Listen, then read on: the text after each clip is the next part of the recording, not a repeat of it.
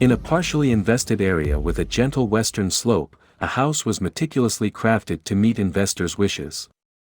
Despite the plot's decline and considerable size, the main stipulation was that all rooms should occupy the same level, offering a seamless westward view devoid of any steps. The architectural solution involved a build parallel to the road, spanning the plot's width, with the western section designated as a tranquil garden.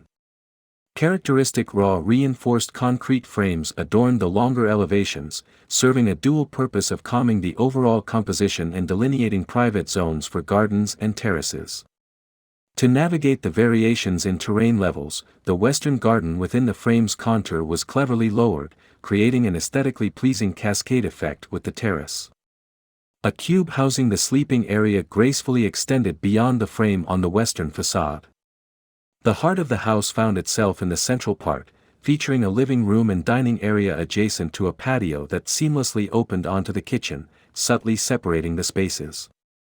The southern wing catered to the younger occupants, establishing a dedicated children's zone, while the northern wing served as a technical hub.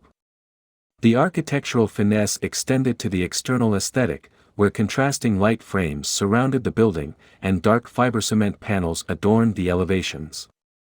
Interstitial spaces connecting the building with the frames were filled with stainless steel mesh, awaiting the embrace of climbing plants in the future. This design philosophy also extended to the front fence, mirroring the hallmark contrast of white frames against a dark filling. In essence, the house embodies a harmonious blend of architectural ingenuity, meeting the investor's desires with a balanced interplay of form and function.